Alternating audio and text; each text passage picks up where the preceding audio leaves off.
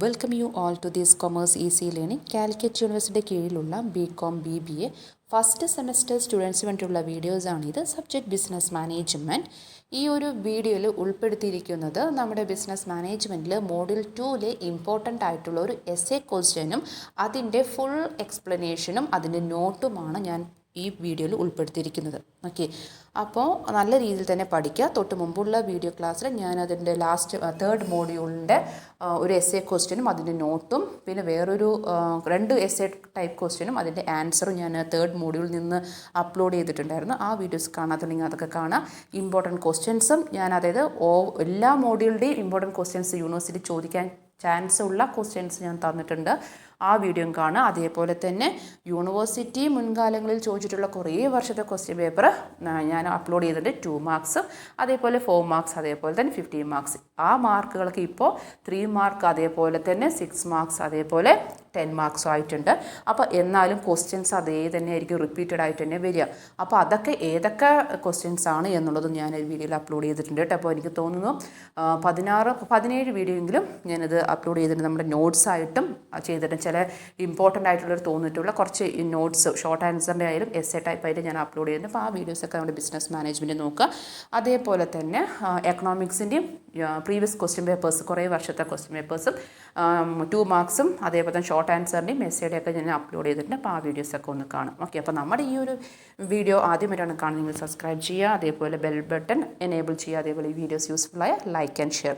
Okay, അപ്പോൾ നമുക്ക് നേരെ എന്ത് ചെയ്യാം, ഈ പറയുന്ന സെക്കൻഡ് മോഡ്യൂളിലെ ഇമ്പോർട്ടൻറ്റ് ക്വസ്റ്റ്യൻസ് നോക്കാം. അപ്പോൾ നമുക്ക് നോക്കാം functions of management. Okay, management is a process performed to achieve the objectives of an organisation.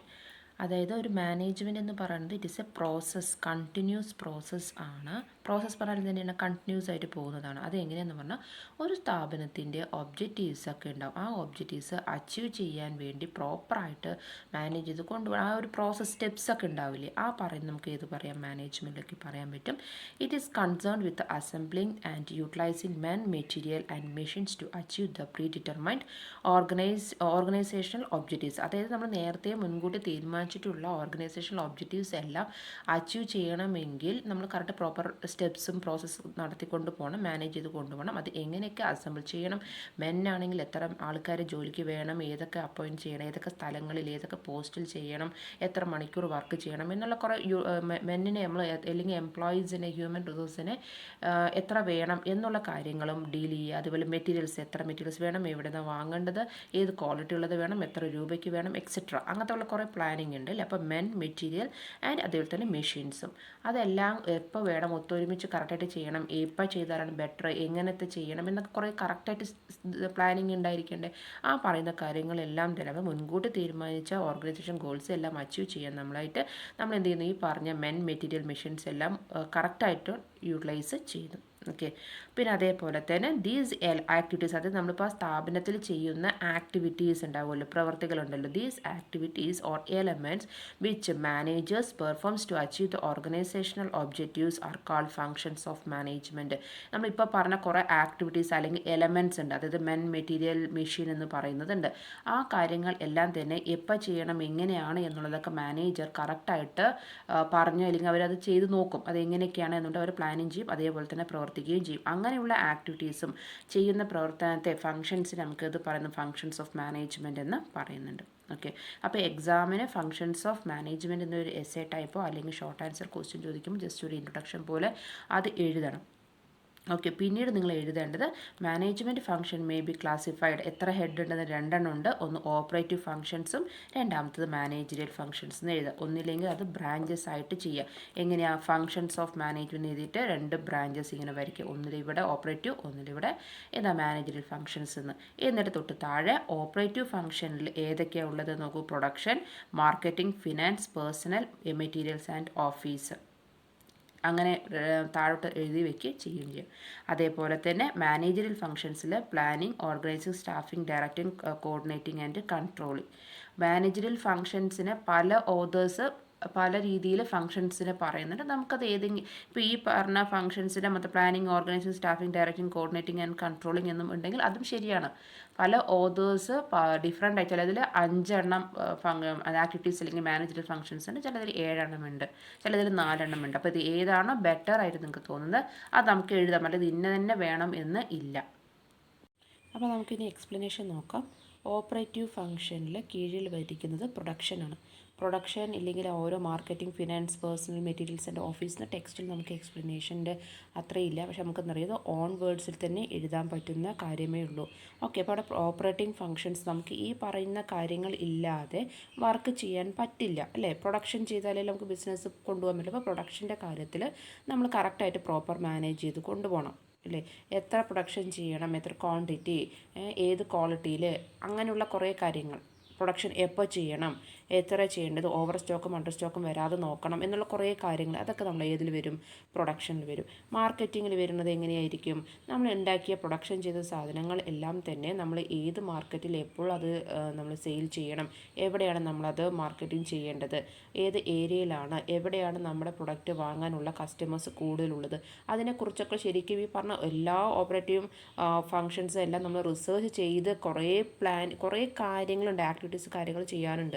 ആ ഒരു കാര്യത്തിൽ വരുന്നതാണ് മാർക്കറ്റിംഗ്. അതേപോലെ തന്നെ ഫിനാൻസ്, പൈസയുടെ ഡീലിംഗ് എന്ന് പറയുന്നത് ഇമ്പോർട്ടൻ്റ് ആയിട്ടുള്ള രീതിയാണ് അല്ലേ. ഇപ്പോൾ പ്രൊഡക്ഷൻ ചെയ്യണമെങ്കിലും മാർക്കറ്റിംഗ് ചെയ്യണമെങ്കിലും മെറ്റീരിയൽസ് വാങ്ങണമെങ്കിലും ലേബറിന് കൂലി കൊടുക്കണം, എല്ലാത്തിനും പൈസയുടെ കാര്യമുണ്ട് അല്ല, അത്രയും ഇമ്പോർട്ടൻ്റ് ആണ്. അപ്പോൾ അത് എങ്ങനെയൊക്കെ ചിലവാക്കണം, എപ്പോൾ ചിലവാക്കണം, എത്ര ചിലവാക്കണം എന്നുള്ള ഡീറ്റെയിൽസും കാര്യങ്ങളൊക്കെ പ്രോപ്പറായിട്ട് മാനേജ് ചെയ്യണം. പിന്നെ ഉള്ളത് പേഴ്സണൽ. ഈ പേഴ്സണൽ ഡബിൾ എൻ ആണ്. അതിനെന്താ അർത്ഥം? എംപ്ലോയീസ് എന്നാണ്, വർക്കേഴ്സ് ആണ്. How many workers to be needed to complete our work.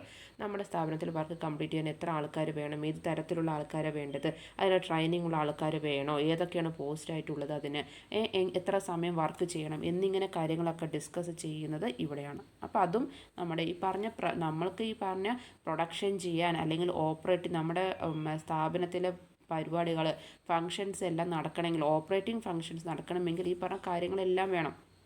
പിന്നെ അതേപോലെ മെറ്റീരിയൽസ് പറഞ്ഞാൽ ഏതൊക്കെ മെറ്റീരിയൽസാണ് വാങ്ങേണ്ടത്, എവിടെ നിന്ന് വാങ്ങണം, ഏത് ക്വാളിറ്റിയുള്ള കാര്യങ്ങളാണ് വേണ്ടത് എന്നുള്ളത് മെറ്റീരിയൽസ്.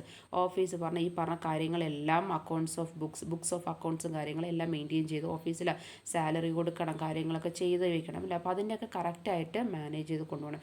ഈ പറഞ്ഞ കാര്യങ്ങളൊന്നും ഇല്ലെങ്കിൽ നമുക്ക് ഒരു ബിസിനസ് സ്റ്റാർട്ട് ചെയ്യാൻ പറ്റും, അല്ലെങ്കിൽ ഏതൊരു സ്ഥാപനത്തിലും കറക്റ്റായിട്ടുള്ള അവർ എന്താണോ വർക്ക് ചെയ്യുന്നത് കറക്റ്റായിട്ട് രീതിയിൽ കൊണ്ടുപോകാൻ പറ്റുമോ? ഇല്ല. അപ്പോൾ അതുകൊണ്ട് അത് ഓപ്പറേറ്റിംഗ് ചെയ്യുക അല്ലെങ്കിൽ ആ ഫങ്ഷൻസ് ചെയ്യണമെങ്കിൽ മെയിൻ ഒഴിച്ചുകൂടാൻ പറ്റാത്ത കാര്യങ്ങൾ തന്നെയാണ് ഈ പറഞ്ഞ കാര്യങ്ങൾ. അതിനൊക്കെ നമുക്ക് ഏത് പറയാം? ഓപ്പറേറ്റീവ് ഫങ്ഷൻസ് എന്ന് പറയും. ക്ലിയർ ആയോ? ദെൻ അടുത്തത് മാനേജീരിയൽ ഫങ്ഷൻസിൽ ഞാൻ നേരത്തെ പറഞ്ഞ പോലെ ഡിഫറെൻ്റ് ആയിട്ടുള്ള രീതിയിലുണ്ട്. Planning, organising, staffing, directing, coordinating and controlling എന്നാണ്. ആ ഒരു എക്സ്പ്ലനേഷൻ എഴുതിയാലും മതി. നമുക്കിവിടെ ക്ലാസിഫിക്കേഷൻ ഏതൊക്കെയാണെന്ന് നമുക്ക് നോക്കാം. Okay, classification of managerial functions എന്ന് പറയുന്നത് ക്ലാസിഫിക്കേഷൻ ഓഫ് മാനേജീരിയൽ ഫങ്ഷൻസ്. ഇനി ക്ലാസിഫിക്കേഷനിൽ ഹെൻറി ഫയോൾ പറഞ്ഞ ക്ലാസിഫിക്കേഷൻ പ്രകാരം forecasting and planning, organising, commanding, coordinating and controlling. Okay, അദ്ദേഹം പറഞ്ഞെങ്കിൽ ഇതിനെ എങ്ങനെയാണ് പറഞ്ഞിരിക്കുന്നത് അറിയോ? നമ്മുടെ മാനേജറിയൽ ഫങ്ഷൻസിനെ to manage is to forecast and plan. നമ്മൾ നേരത്തെ ഫ്യൂച്ചറിൽ വരാൻ പോകുന്ന കാര്യങ്ങളെ ഫോർകാസ്റ്റ് ചെയ്യും, അതിനെക്കുറിച്ച് അത് എങ്ങനെ നടപ്പിലാക്കണം എന്നതിനെക്കുറിച്ച് പ്ലാൻ ചെയ്യുക, ആ പ്ലാൻ ചെയ്ത കാര്യത്തിന് ഓർഗനൈസ് ചെയ്യുക, അത് ഓർഗനൈസ് ചെയ്യുന്ന സമയത്ത് ഇതിങ്ങനെയൊക്കെ ചെയ്യൂ എന്ന് പറഞ്ഞിട്ടുള്ള രീതിയിൽ കമാൻഡ് ചെയ്യുക, ആ വർക്ക് കറക്റ്റായിട്ട് കോർഡിനേറ്റ് ചെയ്യുക. അതേപോലെ തന്നെ നമ്മൾ പ്ലാൻ ചെയ്ത കാര്യം നടപ്പിലാക്കിയ കാര്യങ്ങൾ നമ്മൾ എന്തെങ്കിലും ഒരു വേരിയേഷൻ ഉണ്ടെങ്കിൽ അതിനെ കൺട്രോളും ചെയ്യുക. ഓക്കെ, അതിനാണ് ഇദ്ദേഹം പറഞ്ഞിരിക്കുന്ന ആ ഒരു ഡെഫിനേഷനും അതിൻ്റെ കാര്യങ്ങളും. Functions classification, forecasting and planning, organising, commanding, coordinating and controlling എന്നും അത് നമ്മുടെ ഹെൻറി ഫയോൾ പറഞ്ഞിരിക്കുന്നത്. ഓക്കെ, ഇനി നമുക്കുള്ളതിൽ ജോർജ് ആർ ടെറീസ് ക്ലാസിഫിക്കേഷനിൽ ഒരു എത്ര എണ്ണേ ഉള്ളൂ എന്ന് പറയുക? ഇതിൽ 4 എണ്ണേ ഉള്ളൂ. ഓക്കെ, അതിൽ ഏതൊക്കെയാണെന്ന് പറയുക? പ്ലാനിങ്, ഓർഗനൈസിങ്, ആക്ച്വേറ്റിംഗ് പറഞ്ഞാൽ ഡയറക്റ്റിംഗ് അല്ലെങ്കിൽ മോട്ടിവേറ്റിംഗ് അല്ലെങ്കിൽ കോർഡിനേറ്റിംഗ് കേട്ടോ. പിന്നെ കൺട്രോളിംഗ്. എങ്ങനെ നിങ്ങൾക്കിപ്പം ഫങ്ഷൻസ് ഓഫ് മാനേജ്മെൻറ്റ് എന്ന് പറഞ്ഞു കഴിഞ്ഞാൽ ആദ്യത്തെ ഓപ്പറേറ്റീവ് ഫങ്ഷനിൽ നമ്മൾ പറഞ്ഞ കാര്യങ്ങളില്ലേ, ഏതൊക്കെ? Production, marketing, finance, personal, staffing, materials and office ഉണ്ട്. അത് എഴുതി കഴിഞ്ഞ ശേഷം ക്ലാസിഫിക്കേഷനിൽ ഞാനിപ്പോൾ പറഞ്ഞ ക്ലാസിഫിക്കേഷൻ ഏത് ക്ലാസിഫിക്കേഷനും എഴുതിയിട്ട് അതിൻ്റെ എക്സ്പ്ലനേഷൻ എഴുതിയാൽ മതി. ഓക്കെ, അപ്പോൾ അതിൽ ക്ലാസിഫിക്കേഷൻ എന്ന് പറഞ്ഞിട്ട് മാനേജ്മെൻറ്റിൻ്റെ ക്ലാസിഫിക്കേഷൻ നമ്മൾ പറഞ്ഞു ഡിഫറെൻറ്റ് ടൈപ്സ് ഉണ്ട്. ഓപ്പറേറ്റിംഗ് ഫങ്ഷൻസ്, അതേപോലെ തന്നെ മാനേജറിയൽ ഫങ്ഷന്. അതിൽ മാനേജറിയൽ ഫങ്ഷനിൽ നിങ്ങൾക്ക് ഏത് ഓതേഴ്സിൻ്റെ പറയുന്നോ അത് നിങ്ങൾക്ക് എഴുതാം. ഇപ്പോൾ ജോർജിൻ്റെ ഒരു ഡെഫിനേഷനിൽ പറയുന്ന മാനേജറിയൽ ഫങ്ഷൻസ് എഴുതണമെങ്കിൽ planning, organising, actuating and controlling എഴുതാം. അതല്ല നമ്മുടെ ലൂതർ ഗുല്ലിക്കിൻ്റെ ആണ് ക്ലാസിഫിക്കേഷൻ പറഞ്ഞു കഴിഞ്ഞാൽ ഇത് എഴുതാം PODSCORB. ഇത് നമുക്ക് സെപ്പറേറ്റ് ആയിട്ട് ചോദിക്കാറുണ്ട് കേട്ടോ. 3 മാർക്സിന് ചോദിക്കാറുണ്ട്, ഈ ഫുൾ ഫോം ചോദിക്കാറുണ്ട്. അതായത് അപ്പോൾ നിങ്ങൾ എന്ത് എഴുതണം, ഇത് ഇൻട്രൊഡ്യൂസ് കൊണ്ടുവന്നത് ഏത് വ്യക്തിയാണ്, ലൂതർ ഗുല്ലിക്കാണ് കൊണ്ടുവന്നിരിക്കുന്നതെന്നും ഇതിന് ഓരോന്നിനും ഫുൾ ഫോം ആയിട്ട് എഴുതണം. P4 എന്താ planning, organising, D directing, AS staffing, CO coordinating and R reporting, പിന്നെ B എന്ന് പറയുന്നത് ബഡ്ജറ്റിംഗ് എന്ന് പറഞ്ഞു. അതിൻ്റെ എക്സ്പ്ലനേഷൻ എഴുതണമെങ്കിലും എഴുതാം. പിന്നെ നമ്മൾ ഇത് സാധാരണ രീതിയിൽ എല്ലാവരും നമ്മൾ കൊമേഴ്സിൽ മാക്സിമം പഠിക്കുന്നതും ഇത് തന്നെ ആയിരിക്കും അല്ലേ. ഈ വ്യക്തി ഓതർ പറഞ്ഞ കൂൺസ് ആൻഡ് ഒഡോണൽ പറഞ്ഞ ക്ലാസിഫിക്കേഷൻ ആയിരിക്കും നമ്മൾ അധികവും എഴുതാറ്. Planning, organising, staffing, directing, controlling എന്ന് പറയുന്നത്. ഓക്കെ, ആ എക്സ്പ്ലനേഷനും നിങ്ങൾ കോൺവേർട്സിൽ എഴുതാം. പിന്നെ ഉള്ളത് ഏണസ്റ്റ് ഡെയിൽ ക്ലാസിഫിക്കേഷൻസിൻ്റെയാണ്. അതിൽ ടെക്സ്റ്റിൽ 8 ഉണ്ട് ശരിക്കും കേട്ടോ. ഇവിടെ ഇങ്ങനെ എഴുതുമ്പോൾ 7 ആയിട്ടുള്ളൂ. ഇനിയും പറഞ്ഞുതരാം ഏതൊക്കെയാണെന്ന്. ഏണസ്റ്റ് ഡെയിൽ ഇതിൻ്റെ ഇതോ കണ്ടോ, planning, organising, staffing, directing, coordinating, controlling, അതേപോലെ തന്നെ ഇന്നോവേറ്റിംഗ്, റെപ്രസെൻറ്റേറ്റിംഗ്, അങ്ങനെ 8 ഉണ്ട്. ഓക്കെ, അത് നമുക്ക് ഏതിൽ പറയുന്നതാ, ഈ പറഞ്ഞ ഏണസ്റ്റ് ഡെയിൽ ക്ലാസിഫിക്കേഷൻ. അപ്പോൾ ഈ പറയുന്നതിൻ്റെ ക്ലാസിഫിക്കേഷൻ നമുക്കിനി കുറച്ച് എക്സ്പ്ലെയിൻ ചെയ്തിട്ട് പോവാം. ഞാൻ പറഞ്ഞ ഒരു കാര്യം നിങ്ങൾ നോട്ട് ചെയ്ത് വെച്ചോളൂ. ഇത് നമുക്ക് 3 മാർക്സ് ക്വസ്റ്റ്യൻ വരും. 3 മാർക്സ് ക്വസ്റ്റ്യൻ ഫസ്റ്റത്തെ പറഞ്ഞില്ലേ, മുമ്പ് 2 മാർക്സ് ആണ്, ഇപ്പോൾ എന്ത് വരും 3 മാർക്സിൻ്റെ ബേസിൽ വരാറുണ്ട്. PODSCORB. അപ്പോൾ നമുക്കിത് എഴുതാൻ പറ്റും. ഇതൊരു ഫങ്ഷൻസ് ഓഫ് മാനേജ്മെൻറ്റിലെ കാര്യമാണ്. ഇത് ഇൻട്രൊഡ്യൂസ് ചെയ്തത് ലൂതർ ഗുല്ലിക്കാണ് എന്ന് പറഞ്ഞിട്ട് എഴുതാം. അതേപോലെ ഇതിൻ്റെ ഫുൾ ഫോമും കാര്യങ്ങളും എഴുതി വയ്ക്കാം. ഓക്കെ, പിന്നെ അതേപോലെ ഫങ്ഷൻസ് ഓഫ് മാനേജ്മെൻറ്റ് എന്ന് പറഞ്ഞിട്ട് പറയുന്ന സമയത്ത് എല്ലാ ഓതേഴ്സും പറയുന്നത് ഓക്കെ ആക്കി എഗ്രി ചെയ്തു വരാം. പല ഓർഗനൈസേഷനും അല്ലെങ്കിൽ ആ പറയുന്ന മാനേജേഴ്സ് ചെയ്യുന്ന ഫങ്ഷൻസ് എല്ലാം ഓക്കെ ആണെന്ന് പറയാൻ പറ്റില്ല. ചില ഓതേഴ്സിൽ പറയുന്ന ചില കാര്യങ്ങൾ നമുക്കതൊന്ന് ഡിസഗ്രിയും ചെയ്യുന്നുണ്ട്. അതായത് കാരണം എന്താ, ഡിഫറെൻറ്റ് ഓർഗനൈസേഷനിൽ പ്രോബ്ലങ്ങളായാലും അത് ഫേസ് ചെയ്യുന്നത് എന്ത് തന്നെയായിരിക്കും, ഡിഫറെൻറ്റ് മാനേജേഴ്സാണ്, ഡിഫറെൻറ്റ് സിറ്റുവേഷനാണ് അല്ല, ഡിഫറെൻറ്റ് പ്രോബ്ലങ്ങളാണ്. അതുകൊണ്ടാണ് ചില കേസുകളിൽ ഫങ്ഷൻസ് എന്ന് പറയുന്നത് 4 ടൈപ്പ് ആയിരിക്കും. അതല്ലെങ്കിൽ 5, 6, 7, 8. നമ്മൾ മാക്സിമം പറഞ്ഞത് 8 ക്ലാസിഫിക്കേഷനും പറഞ്ഞിട്ടത് അങ്ങനെ ആവാം. ഓക്കെ, അപ്പോൾ ആ ഒരു രീതിയിൽ നമ്മൾ ഫങ്ഷൻസ് ഓഫ് മാനേജ്മെൻറ്റിൻ്റെ കാര്യത്തിൽ പറയുന്നുണ്ട്. ഇനി നമുക്ക് ഈ പറഞ്ഞ കാര്യങ്ങളെ ജസ്റ്റ് ഒന്ന് എന്ത് ചെയ്ത് വയ്ക്കാം, എക്സ്പ്ലെയിൻ ചെയ്ത് പോവാം. ഏതൊക്കെയാണ് പ്ലാനിങ്, ഈ പറഞ്ഞ 8 planning, organising, staffing, directing, coordinating, controlling, innovating, representing എന്ന് പറയുന്ന ഈ 8 നമുക്ക് എന്ത് ചെയ്യാൻ പഠിച്ചു പോകാം. പ്ലാനിങ് നമുക്ക് ഈസി ആയിട്ട് അറിയാൻ പറ്റുന്ന, planning is deciding in advance what to do, how to do it, when to do it and who is to do it. Planning നമുക്ക് അറിയാൻ പറ്റുന്ന കാര്യമാണിത്. നമുക്ക് അഡ്വാൻസ് ആയിട്ട് അല്ലെങ്കിൽ നമുക്ക് ഫ്യൂച്ചറിൽ വരാൻ പോകുന്ന കാര്യങ്ങൾ എങ്ങനെയാണ് ചെയ്യേണ്ടത് എന്നുള്ളതിന് നമ്മൾ റെഡിയാക്കി വെക്കുക. ആര് ചെയ്യണം, എങ്ങനെ ചെയ്യണം, എപ്പോൾ ചെയ്യണം എന്നുള്ളതിനെ കുറിച്ചൊക്കെ നമ്മൾ ഡിസൈഡ് ചെയ്യുകയാണ്. അതെങ്ങനെ, ഇൻ അഡ്വാൻസ്, മുൻകൂട്ടിയിട്ടേ നമ്മൾ ഡിസൈഡ് ചെയ്യുന്നു. അങ്ങനെ ഡിസൈൻ ചെയ്ത് കഴിഞ്ഞാൽ നമുക്ക് നമ്മൾ ഉദ്ദേശിച്ച ഓർഗനൈസേഷൻ്റെ ഒബ്ജക്റ്റീവ്സ് ഈസി ആയിട്ട് അച്ചീവ് ചെയ്യാൻ സാധിക്കുന്നു. ആ അച്ചീവ് ചെയ്യാൻ സാധിക്കുന്നു പറഞ്ഞാൽ ആ ഗോൾ അച്ചീവ് ചെയ്യാൻ വേണ്ടിയിട്ടുള്ള ആക്ടിവിറ്റീസ് നമുക്ക് ഈസി ആയിട്ട് ചെയ്യാൻ പറ്റും. Planning is a process of thinking before doing. Planning എന്ന് പറയുന്നത് നമ്മൾ ചെയ്യാൻ പോകുന്നതിന് മുമ്പ് നമ്മൾ എന്ത് ചെയ്യുന്നത്, തിങ്കിങ് ചെയ്യുന്ന ഒരു പ്രോസസ്സാണ്. ഇറ്റ് ഈസ് എന്താണ്, plan is A future course of action. ഇത് ഇപ്പോൾ ചെയ്യുന്ന കാര്യമാണോ, അല്ല, ഭാവിയിൽ ചെയ്യാൻ പോകുന്ന കാര്യമാണ്. ഓക്കെ, അതുകൊണ്ട് നമുക്ക് ഈ പ്ലാനിങ്ങിന് എന്ത് പറയാം, it is a process of looking A head എന്ന് പറയാം, അല്ലെങ്കിൽ ഫോർവേഡ് ലുക്കിംഗ് എന്നും പറയാം. ഈ പറയുന്ന കാര്യത്തിന് ഒരു മെൻ്റൽ പ്രോസസ്സ് ആവശ്യമായിട്ട് വരും. കാരണം നമുക്ക് അറിയാം, നമ്മൾ പ്ലാനിങ് ചെയ്യുകയല്ലേ ചെയ്യുന്ന, ആക്ടിവിറ്റീസ് പ്രവർത്തിക്കുന്നുണ്ടോ ഇല്ല, പക്ഷേ മെൻ്റൽ പ്രോസസ്സാണ് നമ്മളിവിടെ നടത്തിക്കൊണ്ട് പോകുന്നത് കേട്ടോ. അപ്പോൾ ഇതിലൊരു മിനിമം ഒരു 4 സെൻറ്റൻസ് അല്ലെങ്കിൽ 5 സെൻറ്റൻസ് എങ്കിലും എഴുതി ഒരു എസ്സേ കംപ്ലീറ്റ് ആക്കാൻ നോക്കാം. അതായത് ഈ പറയുന്ന പ്ലാനിങ്ങിന് എക്സ്പ്ലെയിൻ ചെയ്യാം. ഓക്കെ, അപ്പോൾ ജസ്റ്റ് ഇങ്ങനെ പോയിന്റ് എഴുതിയെടുക്കണം എന്നുള്ളവർ ഞാൻ ഇഞ്ചി പറയുന്ന വീഡിയോ എത്തുമ്പോൾ പൗസ് ചെയ്യുക, എന്നിട്ട് നോട്ട് ചെയ്തെടുക്കുക കേട്ടോ. പ്ലാനിങ് മനസ്സിലായി. പ്ലാനിങ് കഴിഞ്ഞ് എന്താ? ഓർഗനൈസിങ്. അപ്പോൾ നിങ്ങളിത് ഓർക്കേണ്ടത് സിമ്പിളായിട്ടുള്ളൊരു കാര്യം. നമ്മളിപ്പോൾ എവിടേക്കെങ്കിലും ട്രിപ്പ് പോകുന്ന കാര്യം ഓർക്കുക. അപ്പോൾ നമ്മൾ എന്ത് ചെയ്യാറുണ്ട്? പ്ലാനിങ് ചെയ്യും അല്ലേ? ആരൊക്കെ പോകണം, ആരൊക്കെയാണ് കൂടെ വരിക, എത്ര രൂപ നമുക്ക് വേണം, എങ്ങനെ പോകണം എന്നൊക്കെ പണ്ട് നമ്മൾ പ്ലാൻ ചെയ്യില്ല. അതാണ് ഇവിടുത്തെ കാര്യം ചെയ്യുന്നത്. പിന്നെന്താ? ഓർഗനൈസിങ്. ചെയ്യുന്ന കാര്യങ്ങൾ നമ്മളത് ചിട്ടയോടെ കറക്റ്റായിട്ട് ഓർഗനൈസ് ചെയ്യുന്നു. ഓക്കെ, ഈ ഓർഗനൈസിങ് പറഞ്ഞാൽ organisation is a structural relationship by which an enterprise is bound together and the framework in which the individual effort is coordinated. Organizing functions refers to identifications and grouping of activities to be undertaken and assigning them to different departments. It also involves creating job positions at various levels of the organization. It is a process of establishing relationship among the members of the enterprise. The relationship is created in terms of authority and responsibility. ഇവിടെ organising ചെയ്യാണ്. Organising എന്ന് പറഞ്ഞാൽ നമ്മൾ നേരത്തെ പറഞ്ഞ പോലെ planning ചെയ്തു. Planning ചെയ്ത് കഴിഞ്ഞാൽ അത് നമ്മൾ ആരൊക്കെ ചെയ്യണം പറഞ്ഞാൽ നമ്മൾ അവർക്ക് ഡ്യൂട്ടിയും റെസ്പോൺസിബിലിറ്റിയും കൊടുക്കും. ഇപ്പോൾ നമ്മളൊരു ട്രിപ്പ് പോകണമെങ്കിൽ നിങ്ങൾ പറയും ഇയാൾ വന്നിട്ട് വാഹനം റെഡിയാക്കിക്കോളൂ എന്ന് പറഞ്ഞ് നമ്മളൊരു വർക്ക് ഒരാളെ ഏൽപ്പിക്കും. അപ്പോൾ അവരായിരിക്കും ബാക്കി ആ പറയുന്ന വാഹനം റെഡിയാക്കേണ്ട ചുമതല അവർക്കാണ്.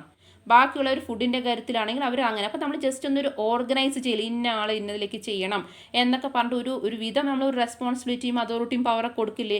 ആ ഒരു കാര്യം തന്നെയാണ് ഓർഗനൈസിങ് ചെയ്യുക. ആ ഫംഗ്ഷൻ എങ്ങനെ നടത്തിക്കൊണ്ട് പോകണം എന്നുള്ള രീതിയിൽ തന്നെയാണ് നമ്മുടെ സ്ഥാപനത്തിലുള്ളതും ബിസിനസ്സിലും അല്ലെങ്കിൽ ആ പറയുന്ന മാനേജ്മെൻറ്റിൽ അല്ലെങ്കിൽ ആ സ്ഥാപനത്തിൽ നടത്തിക്കൊണ്ട് പോകേണ്ടത്. അപ്പോൾ പ്ലാനിങ് ചെയ്യേ, അത് കഴിഞ്ഞിട്ട് എന്തായിരിക്കും? ആ ചെയ്ത പ്ലാനിങ്ങിനെ എന്ത് ചെയ്യണം? ഓർഗനൈസിങ് ചെയ്യണം. ദെൻ സ്റ്റാഫിങ്ങിൽ എത്ര ആൾക്കാർ നമ്മൾ ഈ പറഞ്ഞ പ്ലാനിങ്ങും ഓർഗനൈസിങ്ങും ഒക്കെ ചെയ്ത് കഴിഞ്ഞ ശേഷം എത്ര ആൾക്കാർ ഏതൊക്കെ സമയത്ത് ഏതൊക്കെ ജോലി സ്ഥലത്ത് വേണം അത് നമുക്ക് പറയാറില്ലേ? അതായത് right persons for a right job at a right time എന്ന് പറയില്ലേ? ശരിയായിട്ടുള്ള ജോലിക്ക് ശരിയായിട്ടുള്ള സമയത്ത് ശരിയായിട്ടുള്ള പേഴ്സൺ അപ്പോയിൻറ്റ് ചെയ്യുക എന്ന് പറയില്ലേ? ആ ഒരു കാര്യം ചെയ്യുന്ന ഒരു സ്റ്റേജാണ് നമ്മുടെ ഏതിൽ പറയുന്നത്? സ്റ്റാഫിങ്ങിൽ പറയുന്നത്. ജസ്റ്റ് ഒന്ന് നോക്കി വെച്ചോളൂ. The managerial function of A staffing involves Manning the organisation structure through proper and effective selection, appraisal and development of personnel to fill the roles designed into the structure. അതായത് കറക്റ്റായിട്ടുള്ള ആളെ നമ്മൾ എന്ത് ചെയ്യണം? അപ്പോയിൻറ്റ് ചെയ്യണം. പല ഓർഗനൈസേഷനിലും അതേപോലെ തന്നെ ഡിഫറെൻ്റ് ആയിരിക്കും ആൾക്കാരെ ആവശ്യം. അതേപോലെ തന്നെ അവർ സെലക്ഷൻ ചെയ്യുന്ന മെത്തേഡ്, റിക്രൂട്ട്മെൻറ്റ് ആയാലും അതിൻ്റെ സെലക്ഷൻ ചെയ്യുന്ന പ്രോസസ്സ് ആയാലും എല്ലാം ഡിഫറെൻ്റ് ആണ് അല്ലേ? റിക്രൂട്ട്മെൻറ്റ് ചെയ്യുന്നത് അതിൽ എന്തൊക്കെ കാര്യങ്ങളായിരിക്കും? സ്റ്റാഫിങ്ങിൽ വരുന്ന കാര്യങ്ങൾ ഏതൊക്കെയായിരിക്കും? ഏതൊക്കെ വരും? ഫസ്റ്റ് റിക്രൂട്ട്മെൻറ്റ് ഉണ്ടാവും അല്ലേ? റിക്രൂട്ട്മെൻറ്റ്, അത് കഴിഞ്ഞിട്ടായിരിക്കും selection, placement, training, growth and development, promotion, transfer, remuneration etcetera. ഈ പറയുന്ന കാര്യങ്ങൾ എല്ലാം തന്നെ ഏതിൽ വരും? നമ്മുടെ ഈ പറയുന്ന സ്റ്റാഫിങ്ങിൽ വരും. കണ്ടോ? It same it's A place. Its aim is to place the right persons for the right job and at the right time. Okay, അപ്പോൾ അതിൻ്റെ നോട്ടും കൂടി എഴുതി വയ്ക്കുക കേട്ടോ. അപ്പോൾ നമ്മൾ മാനേജറിയൽ ഫംഗ്ഷനിൽ ഇപ്പോൾ 3 പറഞ്ഞു. ഏതൊക്കെയാണ്? Planning, organising, staffing.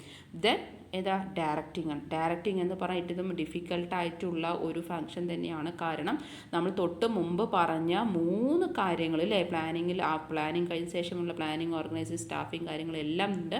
അതെല്ലാം കറക്റ്റായിട്ട് കൊണ്ടുപോകാൻ വേണ്ടിയിട്ടുള്ള ഡയറക്ഷനും ഗൈഡും അതേപോലെ തന്നെ സൂപ്പർവൈസും സബോർഡിനേറ്റിന് സൂപ്പർവൈസും ഗൈഡും കൊടുക്കുന്ന പണിയാണ് ഇവിടെ ചെയ്യുന്നത്. മാനേജേഴ്സ് അത്രത്തോളം ആക്റ്റീവായിട്ട് ഇവിടെ വർക്ക് ചെയ്യണം. നല്ല രീതിയിൽ എഫിഷ്യൻ്റായിട്ടും അതേപോലെ തന്നെ ഇഫക്റ്റീവായിട്ടും വർക്ക് ചെയ്യേണ്ട ഒരു മെയിൻ റോൾ ആണ് ഇവിടെ ചെയ്യേണ്ടത്. ഇവിടെ ഫെയിലായ, നല്ല രീതിയിൽ ഡയറക്റ്റിംഗ് ചെയ്തിട്ടില്ലെങ്കിൽ ആ ഒരു സ്ഥാപനം സക്സസ്ഫുൾ ആവില്ല. നല്ല രീതിയിലാണ് സൂപ്പർവൈസിങ് ചെയ്യുന്നത്, കമ്മ്യൂണിക്കേഷൻ ചെയ്യുന്നത്, നല്ല രീതിയിൽ ലീഡർഷിപ്പ് ഉണ്ട്, കമ്മ്യൂണിക്കേറ്റ് ചെയ്യുന്നുണ്ട്, മോട്ടിവേഷൻ. ഇവിടെ പറയുന്നുണ്ട് ഡയറക്റ്റിൻ്റെ ചെയ്യുന്ന കാര്യങ്ങൾ എന്തൊക്കെ ആയിരിക്കും? സൂപ്പർവിഷൻ ഉണ്ടാവും, മോട്ടിവേഷൻ, ലീഡർഷിപ്പ്, കമ്മ്യൂണിക്കേഷൻസ് ഇതെല്ലാം ഉണ്ടാവും. ഇതെല്ലാ ആക്ടിവിറ്റീസും ഇവിടെ ചെയ്തിരിക്കണം. ഓക്കെ, പിന്നെയുള്ളത് എന്താ? Coordination. Coordination as a function of management refers to the process of integrating the activities of different units of an organization to achieve the organization goals. നമ്മൾക്ക് ഏതൊരു സ്ഥാപനമായാലും ആദ്യം ഒരു ഓർഗനൈസേഷൻ ഗോൾ ഉണ്ടാവില്ലേ? ആ ഗോൾ അച്ചീവ് ചെയ്യാൻ വേണ്ടി മാനേജ്മെൻറ്റിൽ ഡിഫറെൻറ്റ് ഫങ്ഷൻസ് ചെയ്യും. ആ എല്ലാ ഫങ്ഷൻസും കോർഡിനേറ്റ് ചെയ്യുക, ഇൻ്റഗ്രേറ്റ് ചെയ്യുക. നമ്മൾ നേരത്തെ പറഞ്ഞ എല്ലാ ആക്ടിവിറ്റീസും ഒരുമിച്ച് തന്നെ ചെയ്യണം. ഒരു സ്റ്റേജ് കഴിഞ്ഞാൽ അത് കമ്മ്യൂണിക്കേറ്റ് അടുത്ത പ്രോസസ്സിലേക്ക് വരണം. അല്ലാതെ കമ്മ്യൂണിക്കേഷനോ ഒരു ഇൻ്റഗ്രേഷനും ഇല്ലാതിരുന്നാൽ നമുക്ക് ഏത് ഫങ്ഷൻസും മുന്നോട്ട് പോവില്ല. പല ഇൻഡിവിജ്വൽസും കൂടി ചേർന്നാലാണ് ആ ഒരു ഗ്രൂപ്പിന് സക്സസ്ഫുൾ ആവുക. ആ പറയുന്ന ഓരോ ഡിപ്പാർട്ട്മെൻറ്റും കറക്റ്റായിട്ടുള്ള രീതിയിൽ കൊണ്ടുവരണം. ഓരോ യൂണിറ്റ്സും സെയിൽസ് നല്ല രീതിയിൽ കമ്മ്യൂണിക്കേറ്റ് ചെയ്ത് കോർഡിനേറ്റ് ചെയ്ത് കൊണ്ടുപോകണം, എന്നാലല്ലേ സക്സസ്ഫുൾ ആവുള്ളൂ. ഇവിടെയും അതന്നെയാണ് പറയുന്ന, കോർഡിനേഷൻ ഉണ്ടായിരിക്കണം. ഇപ്പോൾ പർച്ചേസ് ഡിപ്പാർട്ട്മെൻറ്റ് ആണെങ്കിൽ ആ പർച്ചേസ് ഡിപ്പാർട്ട്മെൻറ്റും അതുപോലെ മെറ്റീരിയൽ പർച്ചേസും അതൊക്കെ എത്രത്തോളം ഉണ്ട്, സെയിൽസ് ഡിപ്പാർട്ട്മെൻറ്റ്, പ്രൊഡക്ഷൻ ഡിപ്പാർട്ട്മെൻറ്റ് അവരൊക്കെയുമായിട്ട് നല്ല രീതിയിൽ ഇൻ്റഗ്രേറ്റ് ചെയ്യണം, കമ്മ്യൂണിക്കേറ്റ് ചെയ്യണം, എന്നാലല്ലേ അറിയുള്ളൂ. ഇപ്പോൾ സെയിൽസിൻ്റെ കാര്യത്തിൽ പറയും നല്ല സെയിൽസ് ആയിട്ട് പോകുന്നുണ്ടെങ്കിൽ അത് പ്രൊഡക്ഷൻ ഡിപ്പാർട്ട്മെൻറ്റ് അടുത്ത് പറയണം, കാരണം സെയിൽസ് നല്ല രീതിയിൽ പോകുന്നുണ്ട്, നിങ്ങൾ വേഗം പ്രൊഡക്ഷൻ ചെയ്യണമെന്ന്. പ്രൊഡക്ഷൻ ഡിപ്പാർട്ട്മെൻറ്റ് പർച്ചേസ് ഡിപ്പാർട്ട്മെൻറ്റ് അടുത്ത് പറയണം, കാരണം സാധനങ്ങളോട് എത്തണ്ടേ. അപ്പോൾ ആ പറഞ്ഞ കാര്യങ്ങൾ അപ്പോൾ അതെല്ലാം കോർഡിനേറ്റ് ചെയ്ത് ഒരുമിച്ച് കൊണ്ടുവരണം. ക്ലിയർ ആയോ? കോർഡിനേഷൻ സിമ്പിളായിട്ട് ഓൺ വേർഡ്സ് നിങ്ങൾ എഴുതിയാൽ മതി കേട്ടോ. ഇനിയിപ്പോൾ നമ്മൾ ഏതൊക്കെ കഴിഞ്ഞു? പ്ലാനിങ്, ഓർഗനൈസിങ്, സ്റ്റാഫിങ്, ഡയറക്റ്റിങ്, കോർഡിനേഷനും കഴിഞ്ഞു. ഇനി നമുക്കുള്ളത് പറയുന്നത് കൺട്രോളിംഗ് ആണ്. കൺട്രോളിങ് നമുക്ക് അറിയാൻ പറ്റുന്ന കാര്യം, നമ്മൾ എന്താണോ പ്ലാൻ ചെയ്തിരിക്കുന്നത് ആ പ്ലാൻ ചെയ്ത കാര്യത്തിൽ നിന്ന് ശരിക്ക് നമ്മളത് പ്രാക്ടിക്കലായിട്ട് നമ്മളത് ചെയ്യുമ്പോൾ എന്തൊക്കെ തെറ്റുകൾ വരുന്നു, വേരിയൻസ് വരുന്നത്, ആ വേരിയൻസിനൊക്കെ റെക്ടിഫൈ ചെയ്യുകയാണ് ഇവിടെ കൺട്രോളിംഗ് എന്ന് പറയുന്നത്. Okay, the managerial functions of control is the measurement and corrections of the performance of a subordinate in order to make sure that enterprise objectives and the plans desired to attain them are accomplished. ഇത് just നിങ്ങൾ not ചെയ്ത് വെച്ചാൽ മാത്രം മതി. ഇതൊക്കെ നമുക്ക് മനസ്സിലായി, plan ചെയ്ത കാര്യവും നടത്തിക്കൊണ്ട് പോകുന്ന സമയത്തും എന്താണോ വേരിയൻസ് സംഭവിച്ചിരിക്കുന്നത് എന്നുള്ളത്. അതിൽ എന്തൊക്കെ സ്റ്റെപ്സാണ് വരിക എന്നറിയോ കൺട്രോളിങ്ങിൽ? ഫസ്റ്റ് നമ്മൾ ഒരു സ്റ്റാൻഡേർഡ് ഫിക്സ് ചെയ്തിരിക്കണം, determination of standard of performance. എന്നാൽ മാത്രമാണ് നമുക്ക് അതിന് പെർഫോമൻസ് എത്തോളം ആയി എന്ന് മെഷർമെൻറ്റ് ചെയ്യാൻ പറ്റുള്ളൂ. മെഷർമെൻറ്റ് ചെയ്യുമ്പോൾ നമുക്ക് അറിയാൻ പറ്റും സ്റ്റാൻഡേർഡായിട്ട് നമ്മൾ എന്താണോ വെച്ചിരിക്കുന്നത് ആ സ്റ്റാൻഡേർഡും ഇപ്പോൾ നടന്ന കാര്യങ്ങൾ തമ്മിൽ കമ്പാരിസൺ ചെയ്യാൻ പറ്റുള്ളൂ. പെർഫോമൻസ് എത്രത്തോളം വന്നിട്ടുണ്ട് എന്ന് കമ്പാരിസൺ ചെയ്യാൻ പറ്റുള്ളൂ. ആ കമ്പാരിസൺ ചെയ്യുമ്പോഴാണ് നമുക്ക് മനസ്സിലാവുക എന്തെങ്കിലും ഒരു വേരിയൻസോ ഡീവിയേഷൻസോ വല്ലതും ഉണ്ടോ എന്ന് നമുക്ക് മനസ്സിലാക്കാൻ പറ്റുള്ളൂ. If any variance or deviations we taking corrective actions or measures. അപ്പോൾ നമ്മൾ വേരിയൻസോ അതല്ലെങ്കിൽ ഡീവിയേഷനോ ഉണ്ടെങ്കിൽ നമ്മൾ എന്ത് ചെയ്യും, നല്ലൊരു കറക്റ്റായിട്ടൊരു ആക്ഷൻ, അതൊരു നല്ലൊരു തീരുമാനം നമ്മൾ അതിനെടുത്ത് ശരിയായിട്ടുള്ള രീതിയിൽ പ്രോബ്ലം സോൾവ് ചെയ്ത് കൊണ്ടുപോകുന്നു. അത് നമുക്ക് ഇത് പറയാം, ഇവിടെ കൺട്രോളിങ് എന്ന് പറയാം. പിന്നെയുള്ളത് ഇന്നോവേറ്റിംഗ് ആണ്. ഇന്നോവേറ്റിംഗ്, അതായത് these days it is necessary that an organisation constantly grows better. This makes innovations an important functions of manager. അതായത് ഇപ്പോഴത്തെ കാലത്ത് ഈ പഴയ പോലെ അങ്ങനെ നിന്ന് കഴിഞ്ഞാൽ പറ്റില്ല. പുതിയ ഒരു ഐഡിയാസ്, ഇന്നോവേഷൻസ് നമ്മുടെ സ്ഥാപനത്തിൽ കൊണ്ടുവന്നാൽ മാത്രമാണ് അത് കറക്റ്റായിട്ടുള്ള ഒരു രീതിയിൽ മാനേജർ കറക്റ്റായി കൊണ്ടുവന്നാലാണ് ആ സ്ഥാപനം നല്ല രീതിയിൽ മുന്നോട്ട് സക്സസ്ഫുള്ളായിട്ട് നമുക്ക് മുന്നോട്ട് കാണാനും സാധിക്കുകയുള്ളൂ അല്ലേ. മാർക്കറ്റിൽ നമ്മൾ ഏത് സ്ട്രാറ്റജീസ് അഡോപ്റ്റ് ചെയ്യണം, ഏത് മാർക്കറ്റിലാണ് ചെയ്യേണ്ടത്, ആരെ വെച്ച് അഡ്വർടൈസ്മെൻറ്റ് ചെയ്യാം, എങ്ങനെയാണ് ചെയ്യേണ്ടത്, പുതിയ ടെക്നിക്സ് സ്ട്രാറ്റജീസ് ഒക്കെ ഇല്ല, അതൊക്കെ നമ്മളിവിടെ പുതിയ ഐഡിയാസ് കാര്യങ്ങളൊക്കെ നമ്മളിവിടെ മാനേജേഴ്സിൻ്റെ ഭാഗത്തു നിന്നും, അതല്ലാതെ ആരൊക്കെയാണോ ആ ടീമിൽ നിൽക്കുന്നത് അവരൊക്കെ എന്താ പറയുക ചിന്തിക്കേണ്ട കാര്യമുണ്ട്. അങ്ങനെ പുതിയ ഇന്നോവേഷൻസ് കാര്യങ്ങളൊക്കെ വന്നിരിക്കും. അതിനകത്ത് അധികം ഈ ഫ്രഷേഴ്സിനെയൊക്കെ നമ്മൾ സെലക്ഷൻ ചെയ്യുന്നത്, ടാലൻ്റ് ആയിട്ടുള്ള ഇൻ്റർവ്യൂ ചെയ്യുന്ന സമയത്ത് ഫ്രഷേഴ്സിനെ എടുക്കാനുള്ള റീസൺസും അതുതന്നെയായിരിക്കും. ചില കേസുകൾ ഒരു ഇൻ്റലിജുവൽ ആയിട്ടുള്ള രീതിയിൽ അല്ലെങ്കിൽ പുതിയൊരു ഐഡിയാസ്, ഇന്നോവേഷൻസ് ആയിട്ടുള്ള കാര്യങ്ങളൊക്കെ അറിയാം, നമ്മളപ്പോൾ അങ്ങനെ ഇൻ്റർവ്യൂ സെലക്ഷൻസ് എടുക്കേണ്ടി വരും. എക്സ്പീരിയൻസ് ആണെങ്കിൽ നമ്മൾ ആ രീതിയിൽ, പക്ഷേ എങ്കിലും നമ്മുടെ സ്ഥാപനത്തിൽ ഈ പുതിയ ഓർഗനൈസേഷനിൽ നമ്മൾ എന്ത് ചെയ്യണം, പഴയതുപോലെ എല്ലാം നിൽക്കുന്ന പുതിയ ഐഡിയാസും കാര്യങ്ങളും കൊണ്ടുവരണം. ആ ഒരു കാര്യങ്ങളും നമ്മളിവിടെ പറയുന്നുണ്ട്. ഓക്കെ, ഇന്നോവേഷൻസിൽ. പിന്നെ കാരണം അങ്ങനെ ചെയ്താലാണ് ആ പ്രൊഡക്റ്റ് ഈ പുതിയ രീതിയിൽ, ഇപ്പോൾ ഞാൻ നേരത്തെ ഇതിന് മുമ്പ് ഞാൻ മാർക്കറ്റിങ്ങിൻ്റെ കാര്യത്തിലും പറഞ്ഞിട്ടുണ്ടായിരുന്നു തോന്നുന്നു. മാർക്കറ്റിംഗ് എടുക്കുന്ന സമയത്ത് അതിനൊരു വീഡിയോയിൽ പറഞ്ഞിട്ടുണ്ടായിരുന്നു. അതായത് നമ്മളിപ്പോൾ ഒരു അഡ്വർടൈസ്മെൻറ്റിലോ ഹെയർ ഓയിലിൻ്റെ കാര്യമൊക്കെ ഞാൻ പറഞ്ഞിട്ടുണ്ടായിരുന്നു. അതായത് നോർമൽ ക്യാപ്പ് തുറന്ന് നമുക്ക് എണ്ണ കയ്യിലൊഴിക്കാം, പക്ഷെ അത് കയ്യിലാവണ്ട, കുറച്ചും കൂടി ആൾക്കാരെ അട്രാക്റ്റ് ചെയ്യുകയും കുറച്ചും കൂടി അവർക്ക് ഈസി ആയിട്ട് ചെയ്യാൻ വേണ്ടിയിട്ടാണ് ഒരു അഡ്വർടൈസ്മെൻറ്റ് ഇന്ദുലേഖയുടെ ഹെയർ ഓയിൽ പറയുന്നുണ്ട് അല്ലേ. അത് എന്താ ചീർപ്പ് പോലെ, അത് കോമ്പ് പോലെയുള്ളതാണ്. അപ്പോൾ നമുക്ക് ഡയറക്റ്റായിട്ട് സ്ലാപ്പിൽ അപ്ലൈ ചെയ്യാൻ പറ്റും. ഓക്കെ, അപ്പോൾ അത് പുതിയ ടെക്നിക്സ്, ഇന്നോവേഷൻ കണ്ടുപിടിച്ച കാര്യങ്ങളല്ലേ. അപ്പോൾ ഓരോ സ്ഥാപനത്തിലും പുതിയ ഇന്നോവേഷൻസ് കൊണ്ടുവരണം. ചിലപ്പോൾ അത് പ്രൊഡക്റ്റിലാവാം, അതിൽ ചെയ്യുന്ന പ്രോസസ്സിലാവാം, പ്രാക്ടീസിലാവാം. അത് എങ്ങനെയായാലും അത് നല്ല രീതിയിൽ ഇന്നോവേഷൻസ് നടത്തിക്കൊണ്ട് പോകണം. പിന്നെ അടുത്തത് ഏതാണ് മാനേജറിയൽ ഫങ്ഷൻസിൽ? Representing.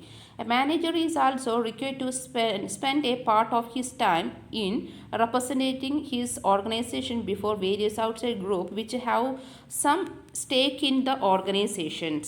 These stakeholders can be government officials, labour unions, financial institutions, customers, suppliers, etcetera. അതായത് ഇവിടെ റെപ്രസെൻറ്റേറ്റിംഗ് ചെയ്യുന്ന കാര്യം നമ്മളിപ്പോൾ ആ സ്ഥാപനത്തിൽ വർക്ക് ചെയ്യുന്ന മാനേജർ മാത്രമല്ല, അല്ലെങ്കിൽ ടോപ്പ് ലെവലിൽ നിൽക്കുന്ന ആൾക്കാർ മാത്രമല്ല പുതിയ പുതിയ കാര്യങ്ങളോ അല്ലെങ്കിൽ ആ പറഞ്ഞ ഐഡിയാസ് അവരെ പ്രതിനിധീകരിച്ച് ഐഡിയാസ് കാര്യങ്ങളും പറഞ്ഞു കൊടുക്കുക, അല്ലെങ്കിൽ അതിനുവേണ്ടി സപ്പോർട്ട് ചെയ്യുക, സ്പോൺസർ ചെയ്യുക, അല്ലെങ്കിൽ ആ ഇൻഫർമേഷൻ ഷെയർ ചെയ്യുക, അങ്ങനത്തെ കുറേ കാര്യങ്ങളൊക്കെ ഇല്ലേ നമ്മുടെ ആ സ്ഥാപനത്തിന് വേണ്ടി നല്ല രീതിയിൽ പ്രവർത്തിക്കുന്ന ആൾക്കാർ. അവർ മാത്രമല്ല ചിലപ്പോൾ ഓഹരി ഉടമകൾ, ഈ പറഞ്ഞ നമ്മുടെ സ്ഥാപനത്തിൽ നിന്ന് ഷെയർ വാങ്ങിയ ആൾക്കാരുണ്ടാവും. പിന്നെ അതുപോലെ തന്നെ ഗവൺമെൻറ് ഒഫീഷ്യൽസ് ഉണ്ടാവും, ലേബർ യൂണിയൻസ് ഉണ്ടാവും, financial institutions, customers, supplies etcetera. ആ പറഞ്ഞ എല്ലാ ആൾക്കാരും നമ്മളത് ഡീലിങ് കാര്യങ്ങളൊക്കെ ചെയ്യും. റെപ്രസെൻറ്റേറ്റീവ് അവരുടെ പ്രതിനിധിയായിട്ട് നമ്മുടെ സ്ഥാപനത്തിലുണ്ടെങ്കിൽ നമ്മൾ ആ പറഞ്ഞ കാര്യങ്ങളൊക്കെ അവരുടെ അടുത്ത് നമ്മൾ എന്ത് ചെയ്യുന്നുണ്ടാവും, ഷെയർ ചെയ്തിട്ട് കാര്യങ്ങൾ, ഐഡിയാസ്, പ്രശ്നങ്ങളൊക്കെ വരുന്ന സമയത്ത് നമ്മളത് സോൾവ് ചെയ്യാൻ വേണ്ടി ഇവരെയും കൂടി റെപ്രസെൻറ്റ് ചെയ്യും. ഇപ്പോൾ ഞാൻ പറയുന്നത് എക്സാമ്പിൾ നോക്കിയ ഫാക്ടറി, അതായത് ഒരു 100 ആൾക്കാരുടെ കൂടുതലുള്ള ഫാക്ടറിയിലുള്ള ആൾക്കാരെ ആണെങ്കിൽ നമുക്കൊരു കാര്യം അവതരിപ്പിക്കാൻ ഈ പറഞ്ഞ വർക്കേഴ്സിന് ഈ രീതിയിൽ ഇത്ര ഷിഫ്റ്റിംഗ് ടൈം മതിയോ, അല്ലെങ്കിൽ പുതിയ രീതിയിൽ ചെയ്ത് കഴിഞ്ഞാൽ നമുക്ക് പ്രൊഡക്ഷൻ കൂടും എന്നൊക്കെ പറഞ്ഞിട്ട് സാങ്ഷൻ ചെയ്യണമെങ്കിൽ നമ്മൾ ആ വർക്കേഴ്സിൻ്റെ അടുത്തും കൂടി ചോദിക്കേണ്ടേ. ഈ പറഞ്ഞ 100 ആൾക്കാരുടെ ചോദിക്കുന്നതിന് പകരം നമ്മൾ അതിന് മാത്രമേ എന്ത് ചെയ്യുന്നു, അതിന് പകരം നമ്മൾ എന്താ ചെയ്യുക, റെപ്രസെൻറ്റേറ്റീവിനെ വിളിക്കുന്നു. ഈ 100 പേരിൽ ആരെങ്കിലും ഒരാൾ റെപ്രസെൻറ്റേറ്റീവ് ചെയ്ത് വിളിച്ചിട്ടുണ്ടെങ്കിൽ നമ്മൾ അവരുടെ ഭാഗത്തു നിന്ന് സംസാരിക്കില്ല, അപ്പോൾ അവരുടെ അടുത്തും കൂടി കാര്യം പറയാം. അതേപോലെ ഗവൺമെൻറ് അത് എങ്ങനെയായാലും ആ പറഞ്ഞതിൽ നിന്ന് റെപ്രസെൻറ്റേറ്റീവ്സിൻ്റെ അടുത്ത് നിന്ന് കാര്യങ്ങൾ നമ്മൾ ഷെയർ ചെയ്ത് പറയുകയും ചെയ്യണം. ഓക്കെ, അപ്പോൾ ആ ഒരു കാര്യം.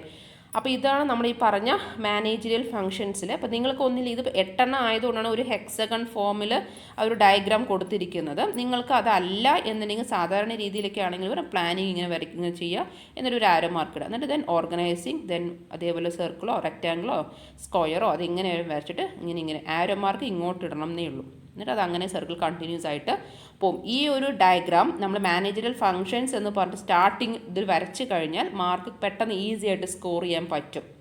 എന്നിട്ട് നമ്മൾ താഴെ ഓരോ പോയിൻ്റായിട്ടും എഴുതാം. ഓക്കെ, അപ്പോൾ ഇതാണ് നമ്മുടെ ഏത് പറയുന്നതെന്നറിയോ, നമ്മുടെ ഫങ്ഷൻസ് ഓഫ് മാനേജ്മെൻറ്റ് എന്ന് പറയുന്നത്. അപ്പോൾ ഫങ്ഷൻസ് ഓഫ് മാനേജ്മെൻറ്റിൽ നമുക്കത് അറിയാൻ പറ്റുന്നതാണ്. ഓപ്പറേറ്റിംഗ് ഫങ്ഷൻസും മാനേജറിയൽ ഫങ്ഷൻസും ഉണ്ട്. ഓപ്പറേറ്റിംഗ് ഫങ്ഷൻസ് നമ്മൾ പറഞ്ഞിരുന്നു, production, marketing, finance, personnels, material and office പറഞ്ഞു. അതേപോലെ തന്നെ മാനേജറിയൽ ഫങ്ഷൻസിൽ നമ്മളിപ്പോൾ പറഞ്ഞ ഏതൊക്കെയാണ് 8 പോയിൻറ്റും പറഞ്ഞു. ഇനി നിങ്ങൾക്ക് ആ 8 പോയിൻ്റ് എഴുതാൻ പറ്റിയില്ലെങ്കിൽ നിങ്ങൾക്ക് അറിയുന്ന ഈ പറയുന്ന ഏത് ഓതേഴ്സിൻ്റെ പോയിൻ്റ് വേണമെങ്കിലും നിങ്ങൾക്ക് എഴുതാം. മനസ്സിലായല്ലോ. പിന്നെ ഈ ഒരു ക്വസ്റ്റ്യൻ നിങ്ങൾക്ക് 3 മാർക്സിന് വരും. അത് ജസ്റ്റ് ഒന്ന് നോട്ട് ചെയ്യുക. അത് 3 മാർക്സിന് വരും പറയുമ്പോൾ അതിൻ്റെ എക്സ്പ്ലനേഷൻ വെറുതെ ഇത് എന്താ ഡിനോട്ട് ചെയ്യുന്നത് മാത്രം എഴുതി കാര്യമില്ല. അത് ആരാണ് കണ്ടുപിടിച്ച് അത് എന്തിനാണെന്നും കൂടി പറഞ്ഞിരിക്കണം. മനസ്സിലായി, മാർക്ക് ചെയ്യരുത് കേട്ടോ അത്. അപ്പോൾ ഇതാണ് ഈ ഒരു വീഡിയോയിൽ നമ്മൾ ഇന്നിപ്പോൾ വൈൻഡപ്പ് ചെയ്യാൻ പോകണം. ഇത്രയും കാര്യങ്ങൾ ഫങ്ഷൻസ് ഓഫ് മാനേജ്മെൻറ്റ് എന്ന് പറയുന്ന ഒരു എസ്സേ ടോപ്പിക്കാണ്. അത് ക്ലിയർ ആയി എന്ന് ഞാൻ വിചാരിക്കുന്നു. ഓക്കെ, അപ്പോൾ എന്തായാലും നമുക്ക് അടുത്ത വീഡിയോ ക്ലാസ്സിൽ കാണാം. Okay, thank you. See in the next video class.